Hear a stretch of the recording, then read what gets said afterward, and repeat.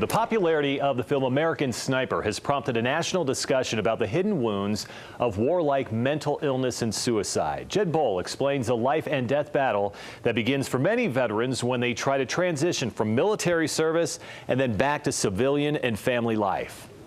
I built my whole life around my military service, and then suddenly I didn't have it anymore. It was very depressing. I didn't feel like I fit in. I knew I didn't fit in anymore. Nobody was watching your back. You weren't watching anybody else's back like we were over there. Veterans Michelle Fisher and Chris Good left the battlefields of the Middle East only to fight a new enemy back home. I felt isolated. I felt alone. Emotions that can often lead to thoughts of helplessness and suicide. Just kind of that feeling that I don't really fit in and people don't really understand what I've been through. I thought that they would judge me because I thought that the things I did was wrong, and you know, normal people aren't supposed to do that, and I didn't want people thinking that I was that kind of a person. It's a wound they received in combat, no different than being shot or blown up.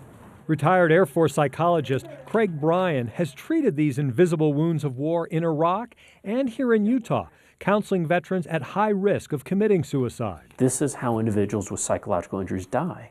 This is sort of like the heart attack of mental illness. Bryan and other mental health professionals working to stop the epidemic of military suicide just published a 5-year study using brief cognitive behavioral therapy to treat soldiers with suicidal tendencies. The results?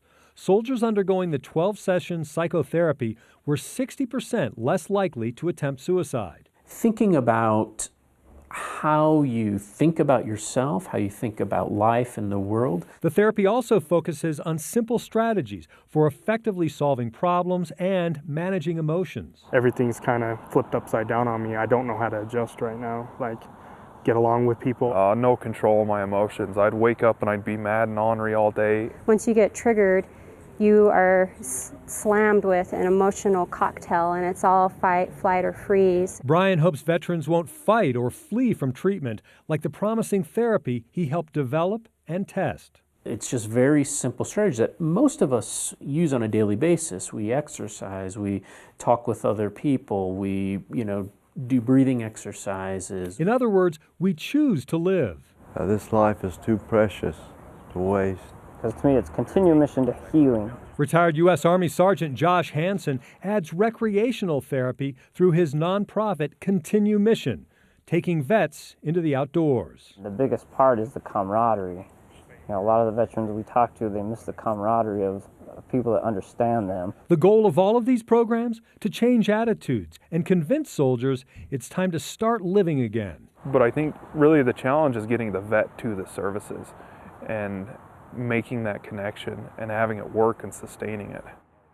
An important topic there, Jed. Thank you.